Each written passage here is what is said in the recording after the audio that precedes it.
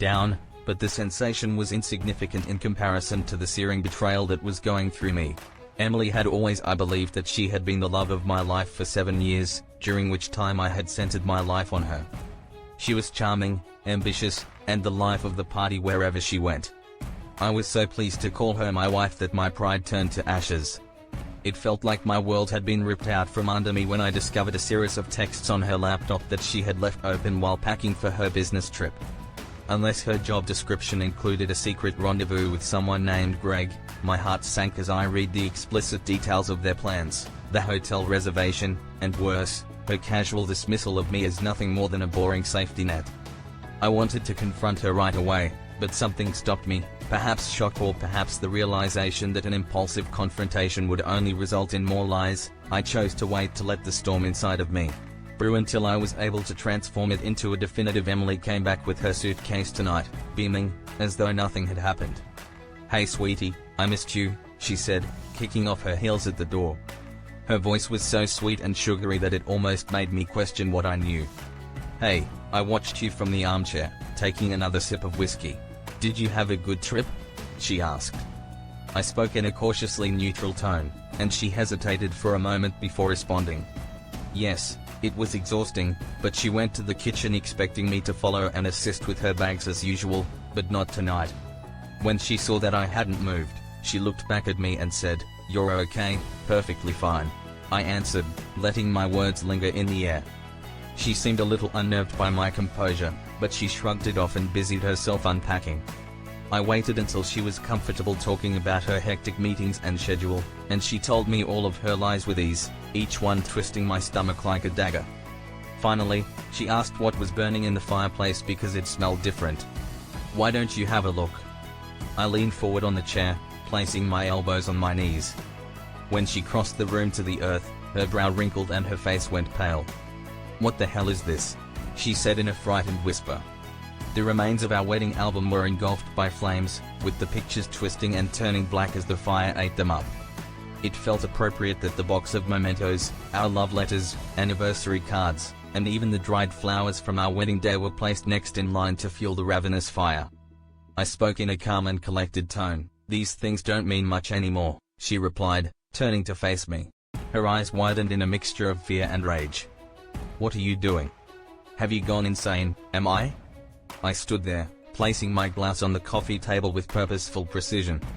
"No, Emily, for the first time in days, I'm thinking very clearly."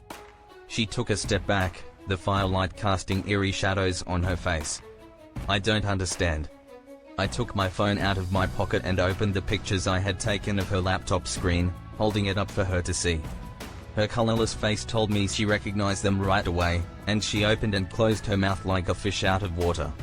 "It's not what it looks like," I said, raising an eyebrow because it seemed like you've been swindling him behind my back for God knows how long.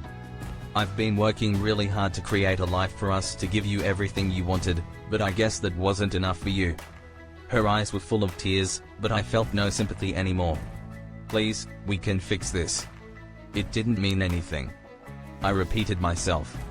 "I was alone, and you've been so distant lately." I laughed, a bitter sound that felt strange even to me. She broke down and sobbed into her hands, but I didn't allow her tears influence me. Rising, "You arranged an entire trip around him. You called me dull and lied to my face every day. Don't stand there and insult my intelligence by saying it didn't mean anything. When I first learned, I considered confronting you, but then I decided you didn't deserve that courtesy.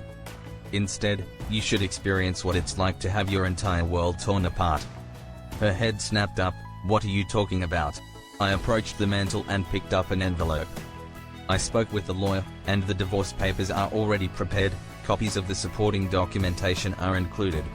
I also got in touch with Greg's wife, who was rather curious about what her husband had been up to.